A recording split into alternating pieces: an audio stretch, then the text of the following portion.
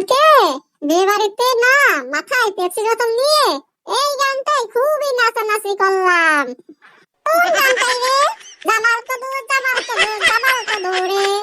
এ সকলে চুপ, স্যার আসিতেছে। Good morning sir, good morning sir. Good morning sir. Boss boss, সকালে বস। এই তোরা স্কুলের ফিস দিচ্ছিস না কেন? এই গেটু, তো 2 মাসের স্কুলের ফিস বাকি আছে, কবে দিবি তুই?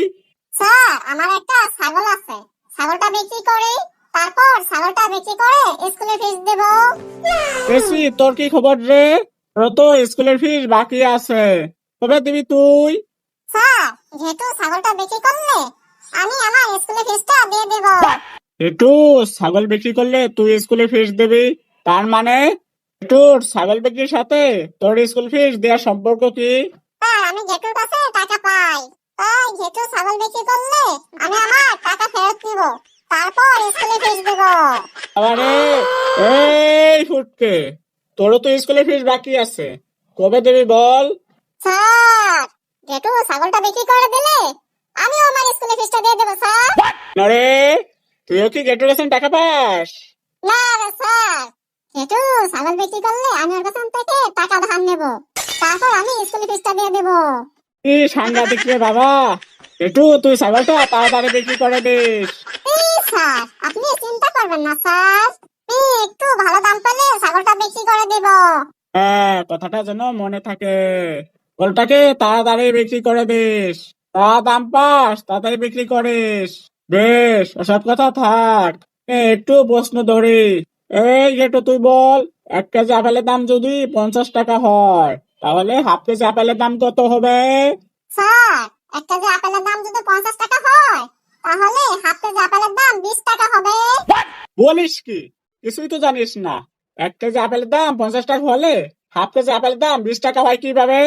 স্যার আপেলের সাথে দামাদামি করে 50 টাকা কেজি আপেল 40 টাকা করে ফেলবো, আর তখনই হাফ কেজি 20 টাকা হয়ে যাবে। কি সাংঘাতিক রে বাবা, তুই বেঞ্চের উপর দাঁড়া। এই ফুটকে, তুই বল তো নাশপাতিকে ইংরেজিতে কি বলে? নাচ মানে তো ডান্স, আর প্রতি মানে তো কি যেন husband, dancing husband, dancing husband. Sir নাচপাতি মানে হলো ডান্সিং হাজবেন্ড। এটা কোনো উত্তর হলো? হয় নাই, তুইও বেঞ্চের উপর দাঁড়া। স্যার একটা কথা বলবো, মারবেন না তো? কে কথা বল, মারার মতন হলে মারবো, অবশ্যই মারবো।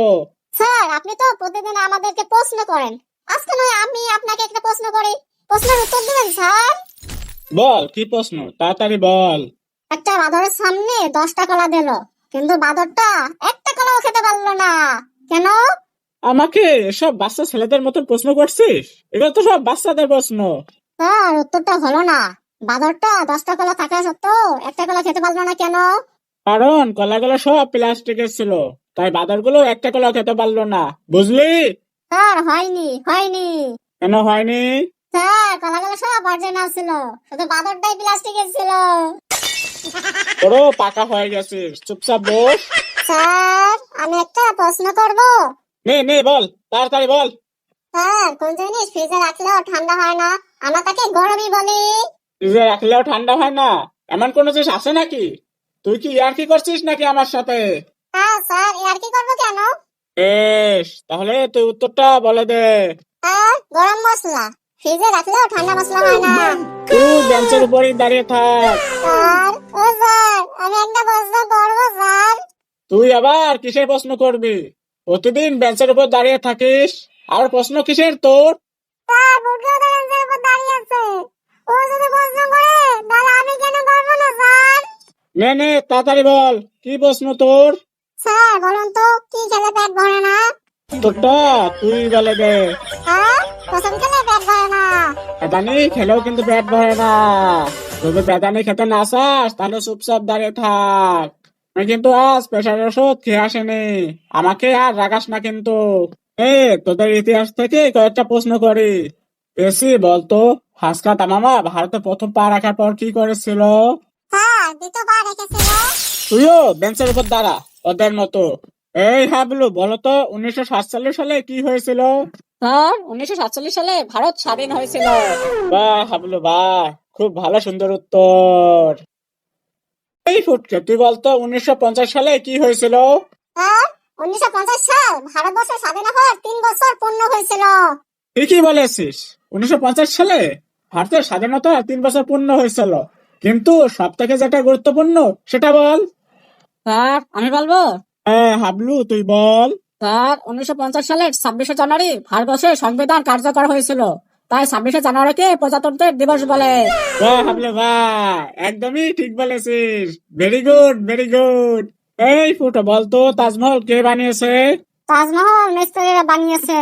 হ্যাঁ মিস্ত্রিরাই বানাইছে, কিন্তু মিস্ত্রিকে কে বানাইতে বলেছে? মিস্ত্রিকে কন্ট্রাক্টর বানাইতে বলেছিল। আহা, মানে আমি বলতে চেয়েছিলাম কোন সম্রাট বানিয়েছে। স্যার সম্রাট শাহজাহান তাজমহল বানিয়েছিল। সম্রাট শাহজাহানের নাম এক চান্সেই বললেই তো হতো। আপনিও তো এক চান্সে বলতে পারতেন। তাজমহল কোন সম্রাট বানিয়েছিলেন? কি সাংঘাতিক ছাত্র রে বাবা, তুই বসেই থাক। এই পানিপথের যুদ্ধ সম্পর্কে কে কিছু বলতে পারবি? কি রে সবাই তোরা চুপচাপ। ঘেটু তুই বলতো পানিপথের যুদ্ধ সম্পর্কে। অহিংসা পরম ধর্ম, তাই আমি ওসব যুদ্ধ টুদ্ধ শুনিও না আর পড়িও না। যুদ্ধ থেকে সবসময় দূরে থাকার চেষ্টা করি স্যার। তুই তো দেখছি বুনো নারকেল হয়ে যাচ্ছিস। তুই পারবি পানিপথের যুদ্ধ সম্পর্কে কিছু বলতে? স্যার আমি একটু একটু বলতে পারবো। বলতো, যেটুকু জানিস সেটুকুই বল। যদি উল্টাপাল্টা কিছু বলিস তাহলে 2 ঘন্টার মতন মুরগি হয়ে থাকতে হবে। বলছি স্যার, জমিতে জল দেওয়ার জন্য নদী থেকে যে খাল কাটা হয় বা ক্যানেল কাটা হয় তাকেই বলা হয় পানিপথ। অর্থাৎ যে পথ দিয়ে নদীর পানি চাষের জমিতে আনা হয় তাকেই বলা হয় পানিপথ। বহুদিন আগের কথা, আমাদের মাঠে চাষের জন্য পাশের নদী থেকে একটা খাল কাটা হয়েছিল। এই খাল কাটার সময় আমাদের পাশের গ্রামের পটলার বাবা এই খাল কাটতে বাধা দিয়েছিল। তখন আমাদের গ্রামের ভেবলার কাকা ওই পটলার বাবাকে সরে যেতে বলেন, কিন্তু পটলার বাবা কিছুতেই সরে যেতে চাইছেন না। তিনি একদম গ্যারার মতন পানিপথের সামনে বসে পড়েছিলেন। তখন ভেবলার কাকা পটলার বাবাকে বলে তুই সরে যা, কিন্তু পটলার বাবা না আমি সরব না, তুই যা করার করে নে। কোন পটলার বাবার সাথে ভেবলার কাকার এক কথায় দুই কথায় ঝগড়া লাগে। তারপর দুজনের মধ্যে হাতাহাতি শুরু হয়। প্রায় 4 ঘন্টা ধরে এই হাতাহাতি চলে। এবং পটলার বাবা ভেবলা কাকার কাছে পেদানি খেয়ে বাড়ি চলে যায়। একেই বলে পানিপথের যুদ্ধ। তারপর পানিপথে সুন্দরভাবে কাটা হয় আর সুন্দরভাবে আমাদের মাঠে চাষবাস করা শুরু হয়। স্যার তখন আমি ছোট ছিলাম তো তাই খুব ভালোভাবে মনে নেই। বাবার কাছে যতটা শুনেছি ঠিক ততটাই বলেছি। তুই 2 ঘন্টা মুরগি কেন 8 ঘন্টা মুরগি হয়ে থাকবি? এরকম পানিপথের যুদ্ধ আমি কখনোই শুনে নেই। বাপরে কি সাংঘাতিক কি সাংঘাতিক রে। বন্ধুরা, আমি কি কোনো ভুল বলেছি যে এরকম শাস্তি পেলাম?